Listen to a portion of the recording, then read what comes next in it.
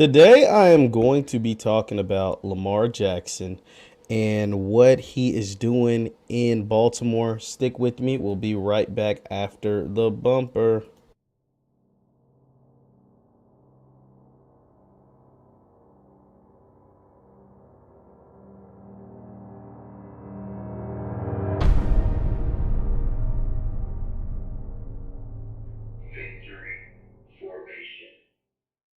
What's good people? Jeff Lightsy Jr. here with the Black Boss channel and Victory Formation. Be sure to hit the thumbs up button, like, share, subscribe, and the notification bell because we upload every single day. And don't forget the All Black National Convention, October 29th through November 1st, down in Orlando, Florida. Be sure to get your tickets at allblacknationalconvention.com. That is allblacknationalconvention.com. Now, Lamar Jackson, you guys know I love me some Lamar. Here's the thing about Lamar.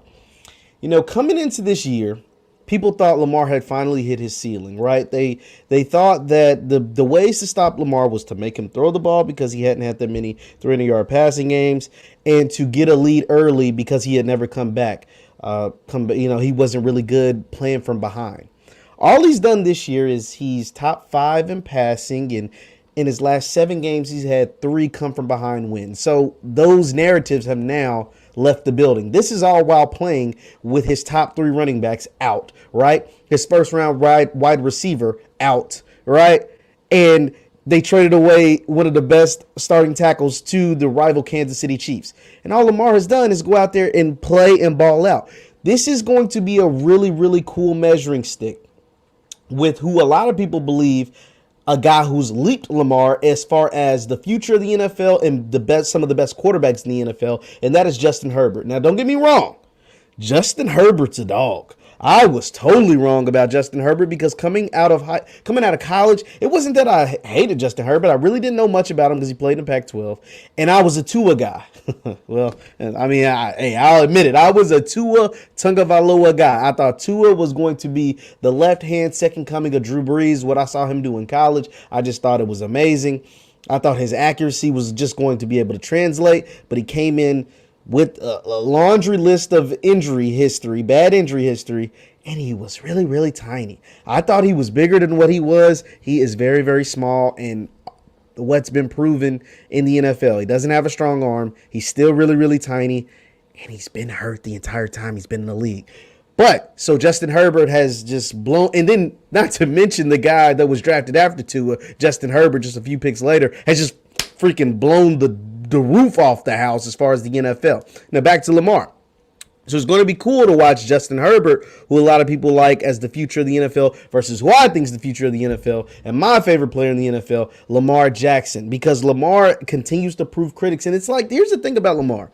What's so unfair when we talk about Lamar Jackson is the fact that folks always move the goalpost, right? So when Lamar goes out there and proves that he can throw the ball, it's like, or Lamar goes out there and proves he's just a talent. He's just a football player. Virginia has a label, one of their guys, they just call him a football player. Now, Lamar's a quarterback, but he is just a great football player, and they always try to compare him to people, but there's never been a player like Lamar Jackson. And so when he goes out there and wins MVP, it's like, oh, well, he can't throw from the pocket. And then when he goes out and throws from the pocket, oh, we can't win in the playoffs. And then when he wins a playoff game, it's, oh, I need to see it more consistently because he don't have as many playoff wins as Patrick Mahomes. Nah, duh, dummy. He doesn't have the same team as Patrick Mahomes. Patrick Mahomes came into the league with a perfect situation. Lamar Jackson came into the league where his coach was on the hot seat, right? And they had to evolve the offense. They shaped the offense around Lamar, which is really good. But then it became very predictable. Right? And so now, because of the injuries to the running backs and the fact that the running game isn't as strong as it has been the last few years, Lamar has had to develop the passing game. And what has he done? He's adjusted. Every single way of his NFL career, all Lamar Jackson has done has been able to adjust. Right? And that's exactly what he's doing right now. His top 3 running backs are gone. His offensive line is kind of shaky. And all he's been able to do is prove that he can come from behind and win games against Kansas City, against the Indianapolis Colts. And the Colts aren't that great of a team, but the Colts are a team people thought was going to be really good, and a team that was up big in the fourth quarter, and all Lamar did was bring them back. With injuries, not only to the offense, as I mentioned, but also to the defense. The first or second best corner, Marcus Peters, done for the year, hasn't played a game. And all Lamar Jackson has done is prove time and time again that you shouldn't bet against him. I'm going to love this matchup he has this weekend against Justin Herbert to see what takes place, because Justin Herbert's a dog. We just gotta call a spade a spade. That man is a dog. Like 6'5", rocket arm, mobile, athletic, smart, picks up the playbook, know where everybody's at,